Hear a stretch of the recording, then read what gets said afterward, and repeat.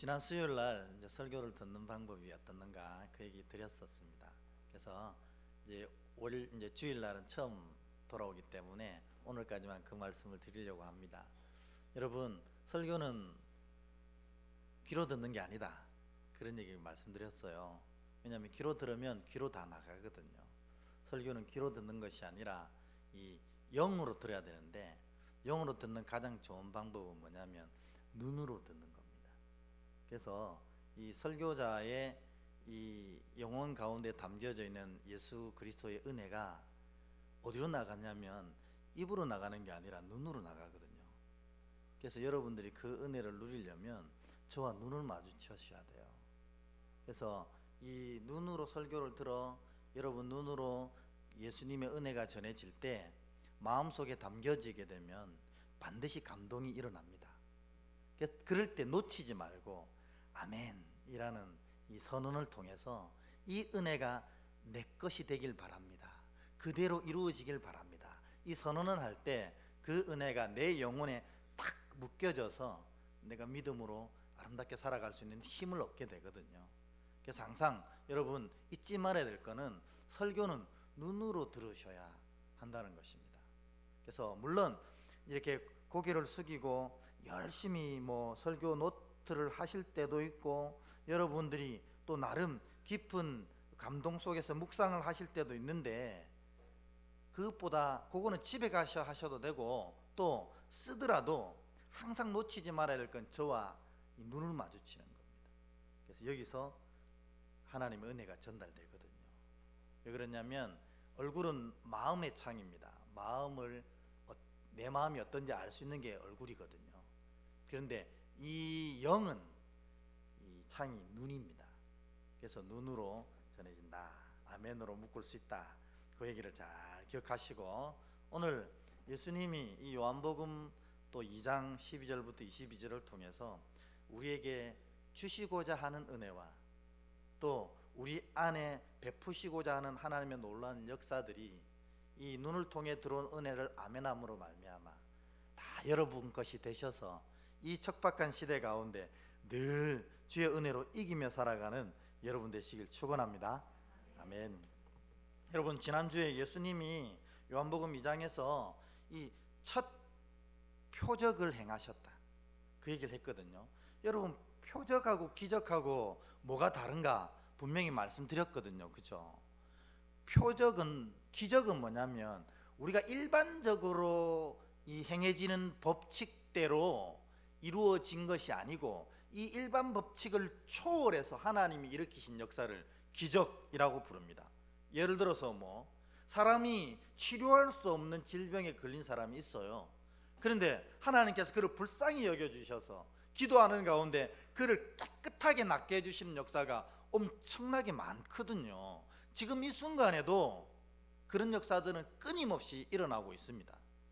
그러니까 선교의 최일선에 이런 역사들이 더 많이 일어나거든요. 이게 선교지에 가보면 그런 일들이 무궁무진합니다. 전에도 제가 말씀드렸지만 이거는 제가 사진을 보고 너무너무 깜짝 놀랐기 때문에 늘 이 말씀을 드리는데요. 인도네시아는 전 세계에서 제일 큰 회교 국가거든요. 회교가 여기서 시작된 것 아닌데도 불구하고 이슬람이 가장 큰 이슬람 국가가 되었습니다. 왜 그러냐면 인도네시아 인구가 엄청 많습니다. 1억이 훨씬 넘기 때문에. 단일 국가로서 이 이슬람 숫자가 굉장히 많은데 그것도 96%나 되는 이 회교 전체 이 무슬림이 국민 대다수를 차지하고 있습니다. 그러니까 이 나라에서 이 이슬람을 믿지 않는다는 것은 부모와 마을 공동체를 저버리는 행위거든요. 안 그렇습니까? 마을 전체가 다 이슬람이에요. 마을 전체가. 그런데 갑자기 예를 들어서 우리 공집사님이 마을 전체가 태어나면서부터 다 이슬람인데 어느 날 갑자기 자기는 예수를 믿겠대요. 그럼 어떻게 되겠어요? 죽음입니다. 그러니까 그런 동네에서 예수를 믿겠다고 결단하는 것은 죽겠다는 각오거든요. 실제로도 이 공집사님이 예수를 믿겠다고 결단하고 나면 그때부터 마을에서 왕따 취급뿐만 아니라 밤에 찾아와서 막 린치를 가해요.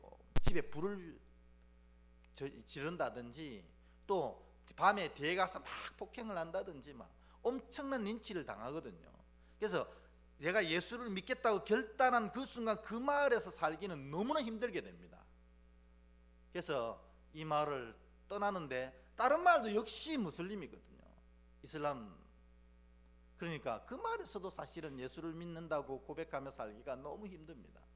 그런데도 이런 상황 가운데 예수를 믿겠다고 결단한 사람들이 너무너무 많아요. 그래서 그 사람들이 모여서 이렇게 공동체 생활을 하는 경우도 꽤 있거든요. 그러니까 이 마을에 있던, 이 마을 저 마을에 있던 이 무슬림 청년들이 와서 밤에 이들에게 뭐 정말 말할 수 없는 폭행을 가합니다. 그래서 어느 날 이 전에 말씀드린 것처럼 팔이 잘렸어요. 집사님이 이 이슬람 청년들의 폭행에 또 칼을 들고 와서 휘두르다가 팔이 뚝 잘려버린 겁니다. 그러니까 얼마나 안타까워요. 마을에서 쫓겨나고 부모 형제에게 버림받고, 그래서 겨우 한 곳에서 정착해서 사는데 그곳까지 찾아와 가지고 린치를 가하니, 근데 그냥 때릴 정도가 아니고 칼을 들고 죽이려 하다가 팔이 잘려버린. 그러니까 이 소식을 알았던 모든 믿음의 공동체들이 또 다 모여서 그 집사님을 위해서 기도했는데 어떻게 해요? 팔이 점점 자라나는 겁니다. 새싹이 돋듯이 이만큼 나더니 그 다음에 이렇게 나더니 마디가 생기고, 그리고 손가락이 나기 시작하고, 뭐 이런 게 사진으로 찍어서 보여주는데 너무너무 놀랐습니다. 근데 사실 이게 놀랄 일이 아니잖아요. 하나님이 하시면 이보다 더한 것도 하실 수 있잖아요. 그게 우리 믿음이거든요. 이걸 기적이라고 부릅니다. 그러니까 우리가 상상할 수도 없었던 일을 하나님이 하시면 다 하실 수 있거든요. 여러분 삶 가운데 모든 어려움들이 이 하나님의 도우심으로 말미암아 다 회복되길 진심으로 축원합니다. 하나님이 하시면 되거든요. 근데 표적은 뭐냐면 그 기적을 통해서 하나님이 알려주시고자 하는 게 있다는 겁니다. 그러니까 표적을 대할 때는 기적과는 좀 달라야 돼요. 표적은 할렐루야 하나님 이 놀라운 일을 행하 주셔서 감사 찬양하나이다, 이게 끝나도 되지만, 표적은 이 일을 우리에게 행하신 하나님의 궁극적인 뜻이 무엇입니까? 이걸 우리가 물어보고 그걸 듣고 그걸 마음속에 새겨야 하는 거죠. 그래서 우리 첫 번째 표적이 뭐였냐면 가나 혼인잔치에서 물이 변하여 포도주 되게 하신 사건입니다. 이게 첫 번째 표적인데 이 의미가 뭐였습니까? 우리 인생의 모든 부족함 가운데 있을지라도 주님이 그곳에 계시면 모든 부족함은 다 회복된다는 게 이 표적의 첫 번째 의미입니다. 그러니까 우리 삶에 어려움이 와서 괴로운 게 아니고 어려움이 와서 힘든 게 아니라는 겁니다. 주님이 안 계셔서 힘든 겁니다. 그러나 주님이 임하시면 어떠한 어려움들과 힘듦이 있어도 주께서 물이 변하여 포도주 되게 하신 것처럼 우리의 모든 결핍과 어려움들을 온전히 해결해 주시는 것입니다. 주님 이거 하러 오셨거든요. 이거를 알려주신 게 표적 첫 번째입니다. 그러니까 이 표적을 배운 사람들은 환난과 곤고 속에서도 괴로워하지 않습니다. 왜요? 주님이 계시다면, 이 자리에 주님이 있으시면 주님이 이 환난과 곤고를 회복시켜 주실 것이기 때문입니다. 그러니까 믿음의 자녀들은 이것에 집중해야 됩니다.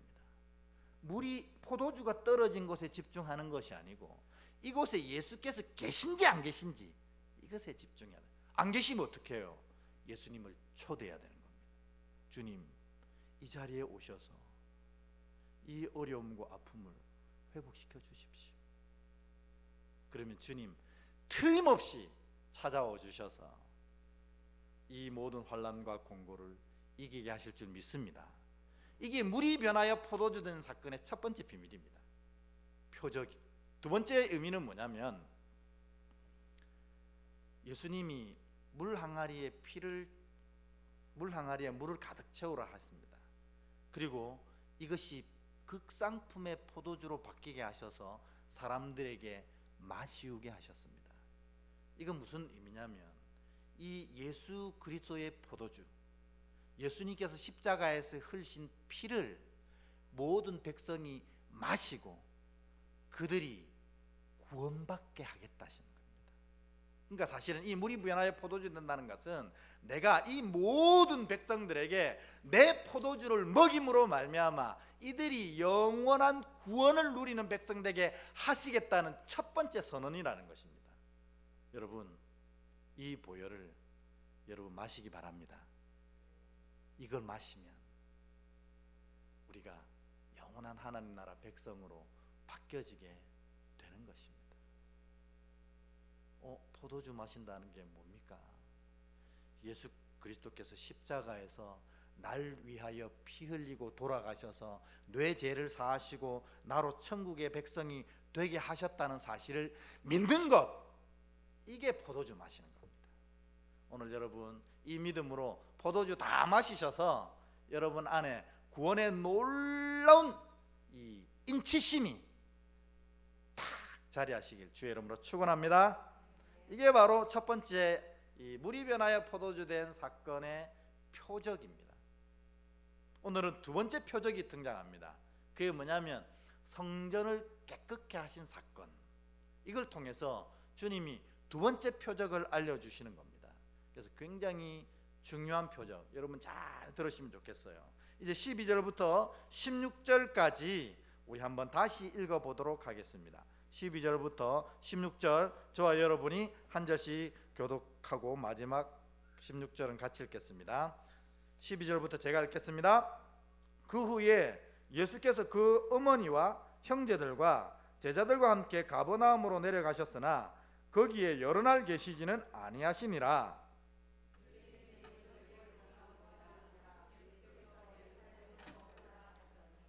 성전 안에서 소와 양과 비둘기 파는 사람들과 돈 바꾸는 사람들이 앉아 있는 것을 보시고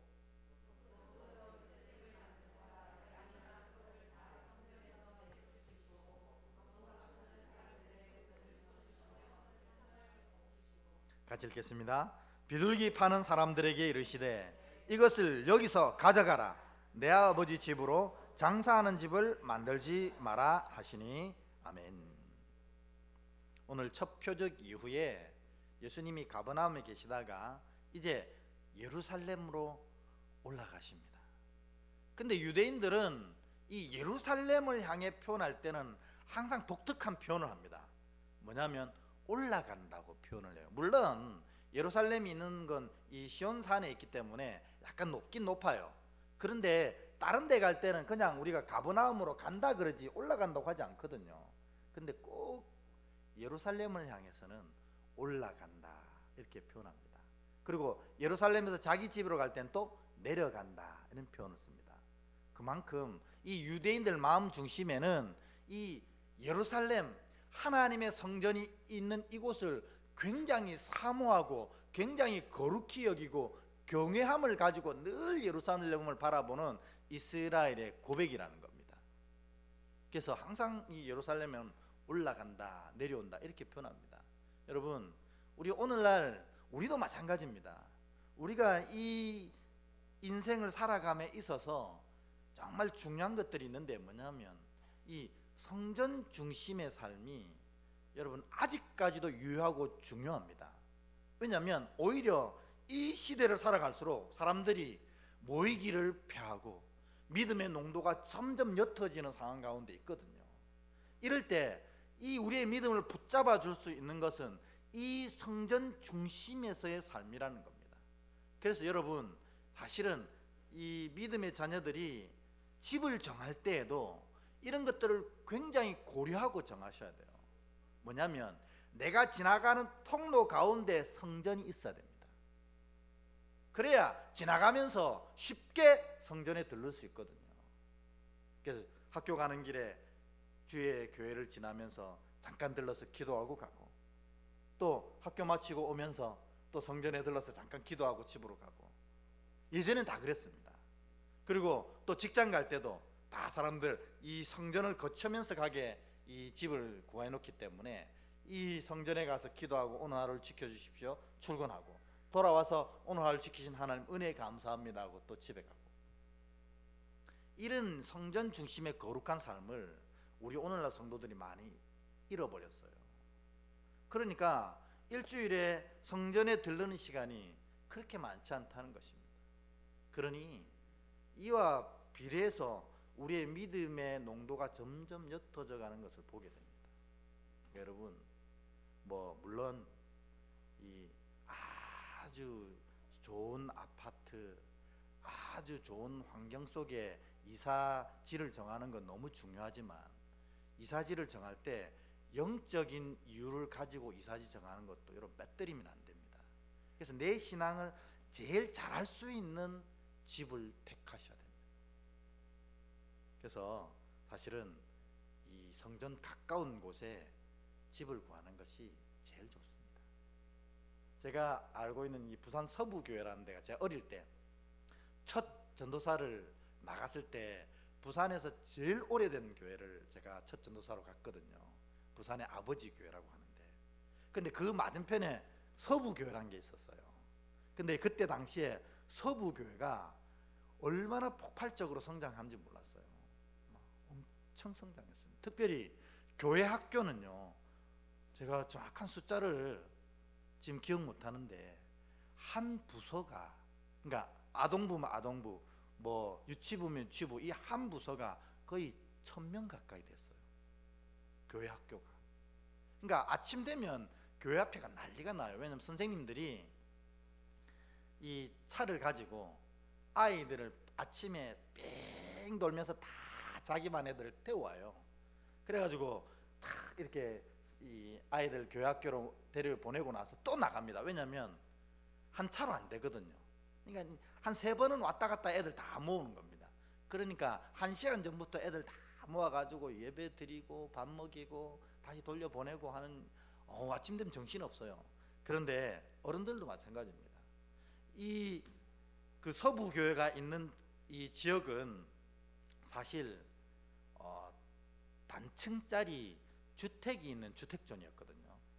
여러분, 단층짜리 주택이라면 뭐겠어요? 거의 다 쪽방들이거든요. 사실 되게 못 사는 동네예요. 그런데 이 단층짜리 주택이 가격이 아파트 가격만 했어요.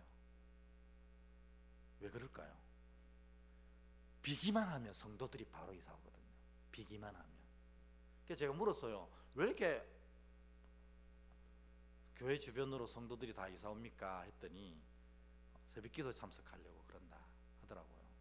목사님이 새벽기도 꼭 나오라고 하니까 다 그 새벽기도를 참석하기 위해서 이 좀 시설이 안 좋아도 와서 고치면 되니까 이 교회 주변에 집만 났다면 바로 서부교회 교인들이 이사로 오는 거예요.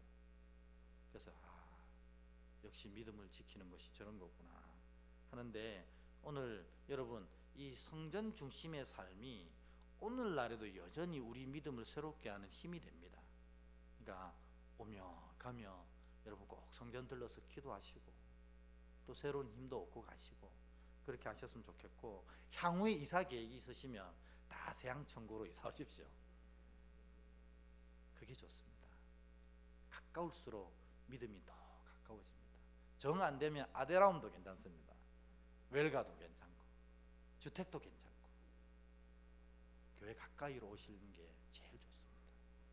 어쨌든 이처럼 이 성전 중심의 삶을 살아가는 이스라엘 백성들이 이렇게 소중히 여기면서, 특별히 3대 절기가 있거든요. 이스라엘의 새 명절에는 반드시 예루살렘에 와야만 했고 또 꼭 오고 싶어 했습니다.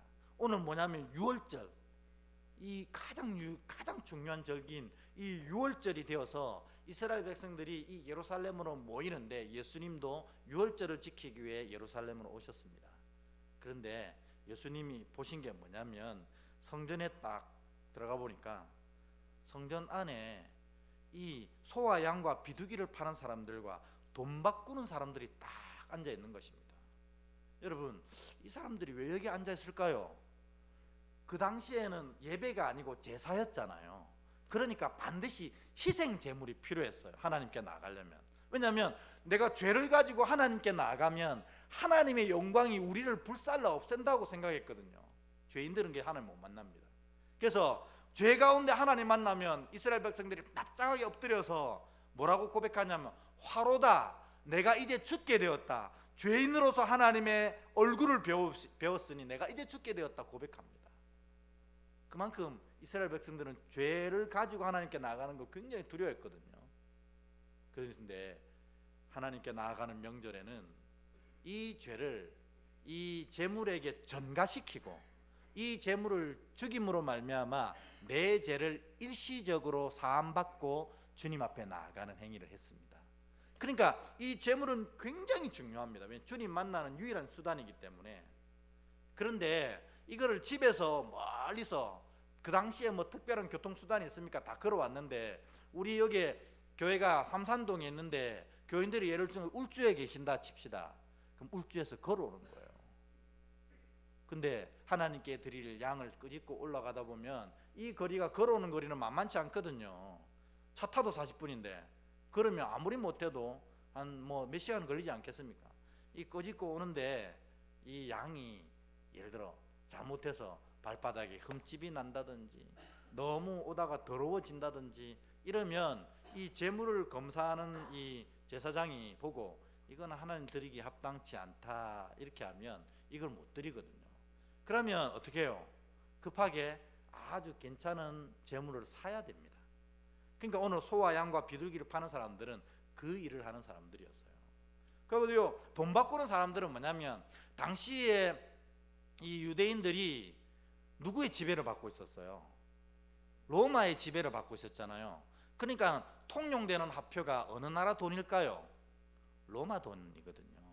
그러니까 그들의 돈에 보면은 요 동전 안에 누가 새겨져 있습니까? 가이사, 이 로마 황제의 얼굴이 새겨져 있거든요. 그러니까 이게 유대인들 입장에 보면 뭐예요? 우상인 거예요. 형상이 새겨져 있으니까. 성경에 보면 아무 형상도 만들지 말라 하셨는데 이거를 성전세로 드릴 수가 없는 거예요. 그러니까 유대인들은 이 돈을 그대로 해가지고 가이사를 지우고 여기에다가 뭘 그렸냐면 보리를 그렸어요. 보리. 요 보리를 그려놓은 이 돈을 뭐라고 부르냐면, 여러분 잘 알고 계신 대로 세겔이라고 불렀어요. 그러니까 우리가 성전세는 얼마나 냅니까? 반 세겔 내잖아요. 반 세겔. 그러니까 요 돈, 가이사 얼굴 지우고 보리를 그려놓은 요 돈의 반을 한 사람이 내는 겁니다. 두 사람이면 한 세겔 이렇게 내는 거였어요. 그러니까 어떻게 해요? 사람들은 다 쓰는 돈은 뭐예요? 가이사 형상이 있는 돈을 쓰거든요. 그러니까 성전 앞에 쓰면 이거 못 쓰니까 볼이 그려진 세겔로 바꿔야 되잖아요. 여기서 돈 바꾸는 사람이 등장하는 겁니다. 그래서 하나님 보시기 합당한 돈, 우상이 그려지지 않은 돈으로 성전세를 냈습니다.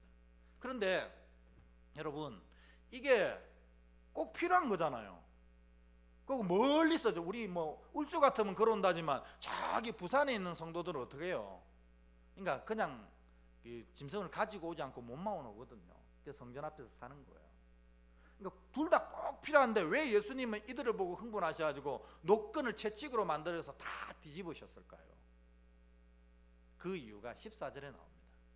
14절 다시 한번 읽어보겠습니다. 14절 같이 읽겠습니다. 시작. 성전 안에서 소와 양과 비둘기 파는 사람들과 돈 바꾸는 사람들이 앉아있는 것을 보시고. 아멘. 이게 뭐가 잘못된 거죠? 그렇죠. 이게 왜 성전 안에 들어와 있냐는 거죠. 왜 성전 안에? 성전은 하나님의 거룩한 곳이고 오늘 예수님 말씀처럼 아버지의 집이고, 누가복음에 보면 이게 뭐냐면 만민이 기도하는 집인데, 기도하는 집을 장사의 집으로, 강도의 구렬로 만들어 놓은 거예요. 그러니까 예수님이 이것이 너무 속상했던 겁니다. 왜냐하면 이런 마땅치 않은 것들이 성전에 들어오려면 누가 허락을 해야 돼요? 제사장이 허락해야 되거든요. 그런데 이 제사장들이, 장사들이 성전 안에 들어오는 걸 허락하면서 이 상품 가격의 절반을 떼가는 겁니다. 그러면 어떻게 해요? 장사들은 손해보고 장사하는 장사꾼이 한 명이라도 있습니까? 눈물을 흘리면서 이 원가보다 못하게 판다고 막 써놓은 거 있잖아요. 그거 우리 3대 거짓말 중에 하나잖아요. 처녀가 시집 안 간다. 어르신들이 빨리 천국 가야지. 그리고 뭐요? 장사가 하나도 안 남는다. 이건 다 거짓말이잖아요. 그러니까 이 가격의 절반을 이 제사장에게 먼저 갖다 바치니까 이걸 가면 손해볼 수가 없잖아요. 그런데 장사들은요, 성전 안이기 때문에 이게 이 장사의 센스가 있어가지고 여기 아니면 못 구한다 싶어놓으니까 이걸 10배로 부풀리는 겁니다. 그러니까 밖에서 10,000원 주고 살 수 있는 게 여기 10만 원입니다. 그러니까 예수님이 이 사실을 붕괴하신 거예요. 하나님을 예배하러 온 사람이 재물 사는데 너무 부담스러워서 하나님 만나는 마음이 벌써 상하는 거예요. 근데다가 요와 똑같이 뭐도 일어나는 겁니까? 환전상들도 똑같이 하는 겁니다. 똑같은 세겔인데 1대1로 바꾸면 되잖아요. 근데 자기가 장사하니까 뭐 예를 들어 뭐 0.1%, 0.2% 이런 수익을 누리는 거야 이해하는데 10배를 받는 겁니다. 성전세는 그래서 10배였어요. 그러니까 얼마나 하나님 보시기에 하나님 만나러 가는 마음을 벌써 상하게 하는 것들이 너무 속상하셔서 예수님이 채찍을 만들어서 다 뒤집으셨어요. 그리고 16절처럼 얘기하셨습니다. 16절 같이 읽어보겠습니다. 시작. 비둘기 파는 사람들에게 이르시되 이것을 여기서 가져가라. 내 아버지 집으로 장사하는 집을 만들지 말라 하시니 아멘. 이제 이 말씀이 무슨 말씀인지 우리가 다 이해했어요. 예수님이 이래서 화가 나셨구나. 근데 문제는 뭐냐면 오늘날 우리도 아버지 집을 만민이 기도하는 이 집을 장사하는 집으로 만들고 있다는 겁니다. 우리 교회에서 뭐 장사하는 사람 있나요? 우리 스스로가 하나님과 거래를 하려고 교회에 나오는 사람들이 있다는 겁니다. 그게 장사입니다. 우리가 참 신실하게 기도하지만 이렇게 기도할 때가 있거든요. 아버지가 이렇게 해주시면 저는 아버지께 이렇게 해드릴게요. 아버지께 이렇게 해드리려고 하니까 아버지 꼭 이렇게 해주세요. 여러분, 이거를 우리가 기도라고 생각하는 거예요. 기도가 아니고 거래입니다. 거래. 여러분, 우리의 구원은 우리가 뭘 해서 받았나요? 아니잖아요. 하나님께서 그냥 구원하시고 싶으셔서 우리를 그냥 예수 그리스도의 피값을 주시고 우리를 그냥 구원해 주셨어요. 그래서 그저 구원받은 우리가 이제 하나님 앞에 서서 무엇을 하리까 하는 고백으로 여기 온 겁니다. 그러니까 이 성전은 거래하는 곳이 아니고 내가 하나님 앞에 믿음의 길이 무엇인지를 배우고 그 믿음의 길이 어디로 가야 될지를 깨닫고 또 하나님 앞에 믿음의 자녀로 무엇을 해야 될지를 묻는 자리라는 겁니다. 이게 진짜 예배고 이게 진짜 신앙의 모양이라는 겁니다. 근데 오늘 우리가 이거를 착각을 하는 것 같아요. 하나님 이거 해주시면 제가 이거 해겠습니다. 그걸 대단한 믿음으로 생각하시는 거예요. 근데 어떻게 하나님이 그 거래를 용납 안 하시면 또 삐져가지고 하나님 안 계신다 이렇게 얘기하고 하나님을 떠나기까지 한다는 겁니다. 내 삶의 모양이 이러는데 무슨 믿음이냐 이렇게 얘기하는 거예요. 여러분, 하나님은 우리의 삶의 결핍을 해결하러 오신 분 맞습니다. 그러나 무작정 그렇게 하시지는 않는다는 겁니다. 예수님 표현에 의하면 전가를 달라고 하는 아이에게, 뱀을 달라고 하는 아이에게 그것을 주지 않는 것이 아버지인데 하물며 내가 너희가 전가를 달라고 뱀을 달라는데 줄 수 있겠느냐는 거예요. 그러니까 하나님은 우리의 모든 결핍을 해결하러 이 땅에 오셨는데 우리가 합당치 아니한 것을 간구하면 들어주시지 않아요. 그러니까 하나님이 내 간구에 대해서 다 들어주신다고 약속해 주셨는데 내 간구를 안 들어주시는 것은 아버지 뜻 보기에 합당치 않은 거예요. 그러면 간구하다가 아버지께서 노 하고 계시면 우리도 알겠습니다 하고 넘어가야 되는데 그때부터 우리가 하나님과 계속 거래를 하려고 한다는 거예요. 주님, 이번만큼 이것만 들어주시면 내가 이렇게 하겠습니다. 그게 아버지의 기도하는 집을 우리가 장사하는 집으로 또 강도의 구렬로 만드는 행위라는 것입니다. 여러분, 그렇다고 여러분의 필요를 기도하지 말라 이거 아닙니다. 그런데 우리의 습성이 꼭 거기서 거래를 제한하는 겁니다. 그러면 또 지키면 좋은데 우리가 잘 지키지도 못하잖아요. 저 자신도 그렇고 우리 모두도 그렇고 하나님 이것만 해주시면 제가 이렇게 살겠나이다 하고 나서 그렇게 살아가지가 않아요. 그러니 아예 그거 하지 말라는 거예요. 그래서 예수님이 이 성전을 보시고 너무 화가 나셔서 채찍으로 확 뒤집으시면서 얘기하신 게 내 아버지 집을 장사하는 집으로 만들지 마라. 이곳에서는 너희가 구원받은 것에 대해서 감사하고 구원받은 자로서 어떻게 살아내야 자녀의 삶인지를 배워서 살아가도록 하는 곳이지 아버지 앞에 거래를 제한하고 그 거래를 통해서 뭔가 얻으려고 하는 집이 아니라는 것이죠. 너희가 필요하다면 너희가 기도하지 않아도 아버지는 다 채워주신다는 것입니다.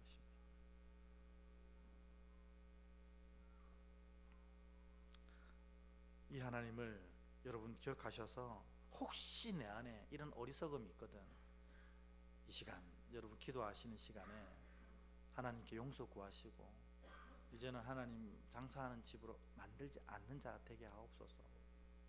그랬으면 좋겠습니다. 근데 이 놀라운 이 반응을 보고 이 제자들이 마음 깊숙이 탁 느껴진 게 하나가 있습니다. 그게 17절입니다. 17절 우리 같이 17절을 읽어볼까요? 같이 읽습니다. 시작. 제자들이 성경 말씀에 주의 전을 사모하는 열심히 나를 삼키려 한 것을 기억하더라. 아멘. 여러분 이거는 17절이 저기 17절인가요?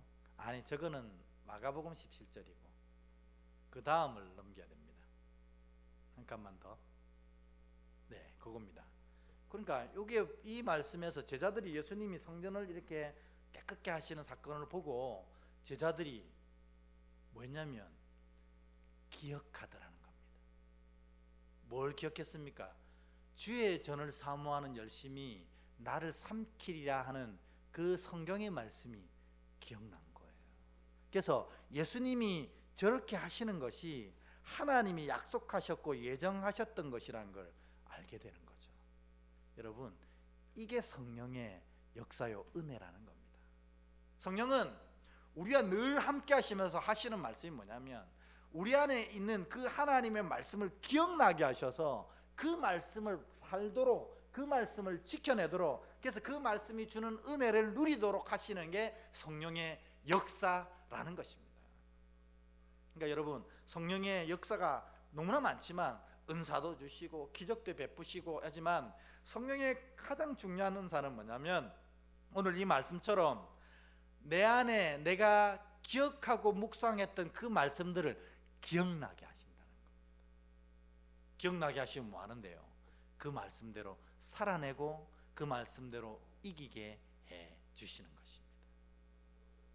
이게 바로 성령의 가장 큰 역사입니다.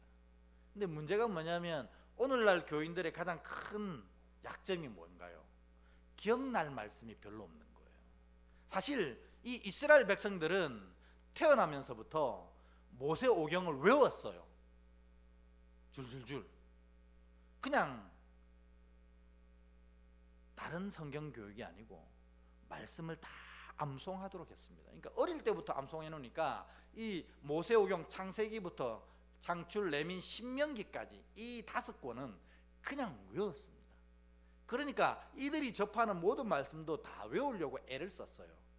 근데 그게 언제 힘을 발휘하냐면 그 말씀이 필요할 때, 이 말씀의 능력이 필요할 때, 이 말씀의 힘을 우리가 누려야 될 때 성령께서 우리 안에 저장된 그 말씀들을 기억나게 하셔서 이 말씀을 바로 보게 하시고 이 말씀을 통해서 이 삶을 바로 이겨내는 힘을 얻게 하신다는 것입니다.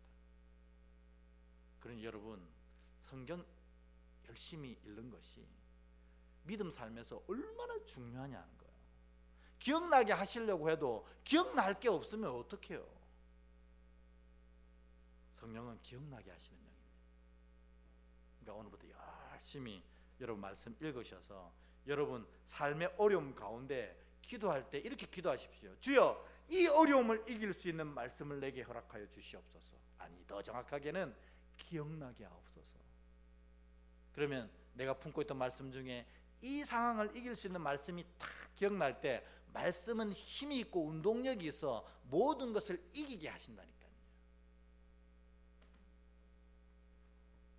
지난번에 알려드린 것처럼 저는 요한 1서 4장 4절 날마다 기억하려고 애를 씁니다. 내 안에 계신 하나님께서 세상보다 크시니라.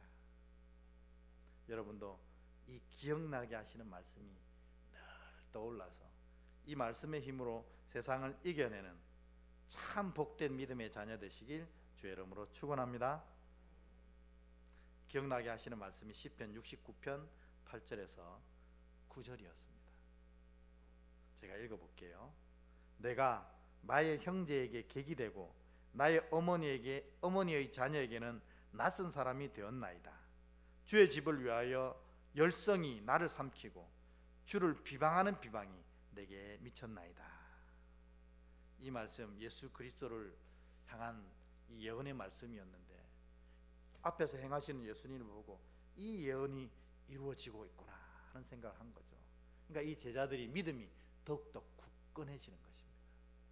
주님의 사람, 우리 주님 고백하게 될 수 있었던 그런 겁니다. 그래서 이제 이 일을 하시고 나서 예수님이 두 번째 표적의 진정한 선언을 하십니다. 그게 바로 18절부터 22절까지입니다.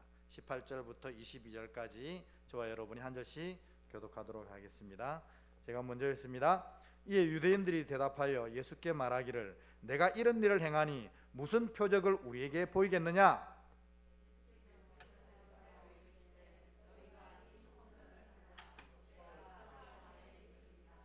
유대인들이 이르되 이 성전은 46년 동안의 지었건을 내가 3일 동안에 일으키겠느냐 하더라.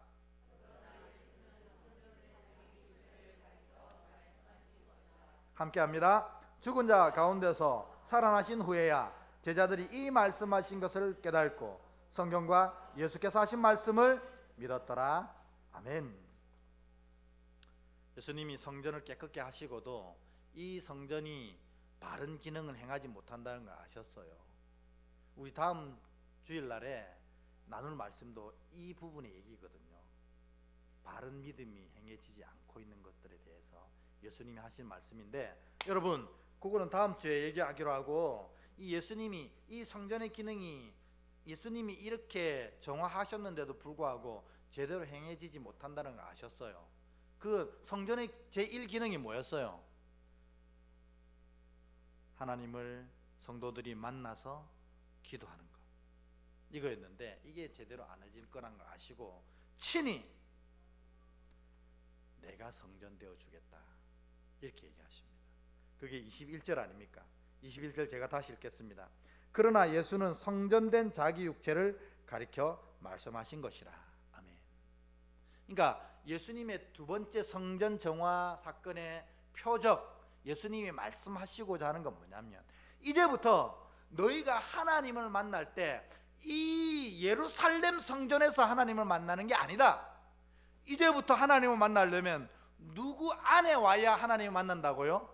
예수님 안에 와야 하나님을 만날 수 있게 되고 예수 이름 안에서만 바른 기도가 되고 예수 안에서만 바른 성령의 역사를 경험할 수 있게 된다는 걸 오늘 이 표적을 통해서 선언하시는 거라는 겁니다. 그래서 우리가 기도할 때도 마지막에 뭐라고 기도해야 합니까? 예수의 이름으로 기도합니다. 우리가 하나님을 만날 때에도 그 예수 안에 갈 때만 하나님을 온전히 만날 수가 있다는 겁니다. 그래서 여러분들 이 겉으로 만져질 수 있는 이 성전에 와서 하나님 못 만나고 가는 경우가 굉장히 많아요. 그냥 앉아있다가 때로는 졸다가 때로는 딴 생각하다가 그냥 가실 수 있다는 거예요. 왜냐하면 이제 이게 성전이 아니기 때문에 그래요. 이 진짜 성전은 누구입니까?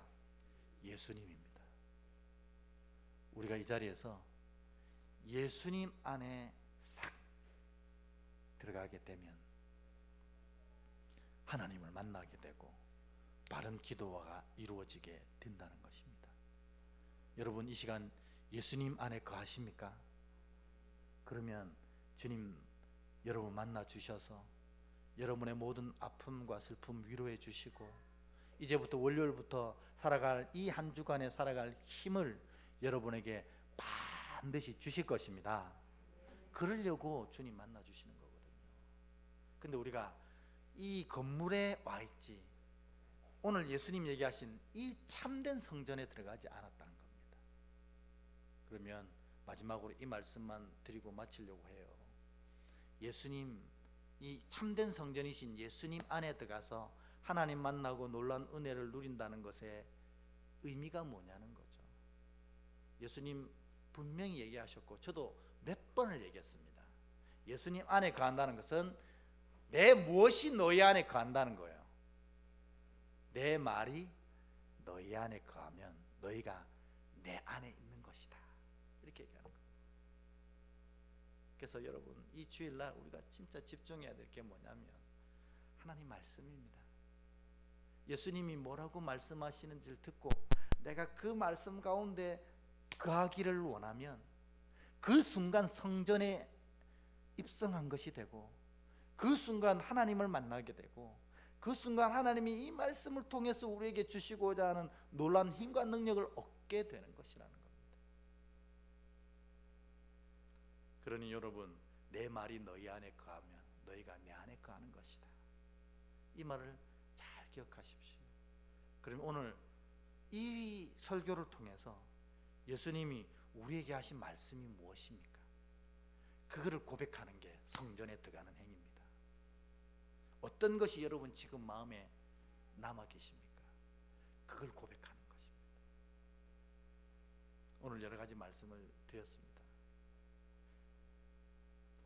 처음에는 첫 번째 표적을 통해서 말씀드렸고 또 성전 종안을 통해서 말씀드렸고 또 오늘 마지막 예수님이 내가 진짜 성전이니 내 안에 거하라 이 말씀도 드렸습니다. 여러분은 이 말씀 중에 내 영혼을 통해서 들어와 내가 진짜 아멘하고 싶은 말씀이 뭐냐는 겁니다. 그거를 아멘 할 때 그때부터 성전에 들어온 예배가 되는 거죠. 그래서 오늘 저는 정하지 않겠습니다. 여러분 각자 다르실 수 있으니까 오늘 찬양 후에 오늘 내 마음속에 들어왔던 그 말씀을 내가 아멘 함으로 말미암아 하나님을 온전히 만날 수 있게 하시고 하나님께서 이 말씀을 통해서 내게 주시고자 했던 놀라운 은혜들이 내 삶에 펼쳐지는 은혜를 경험하게 하옵소서. 우리 이 고백을 찬양 후에 드리도록 하겠습니다. 오직 예수 찬양하겠습니다.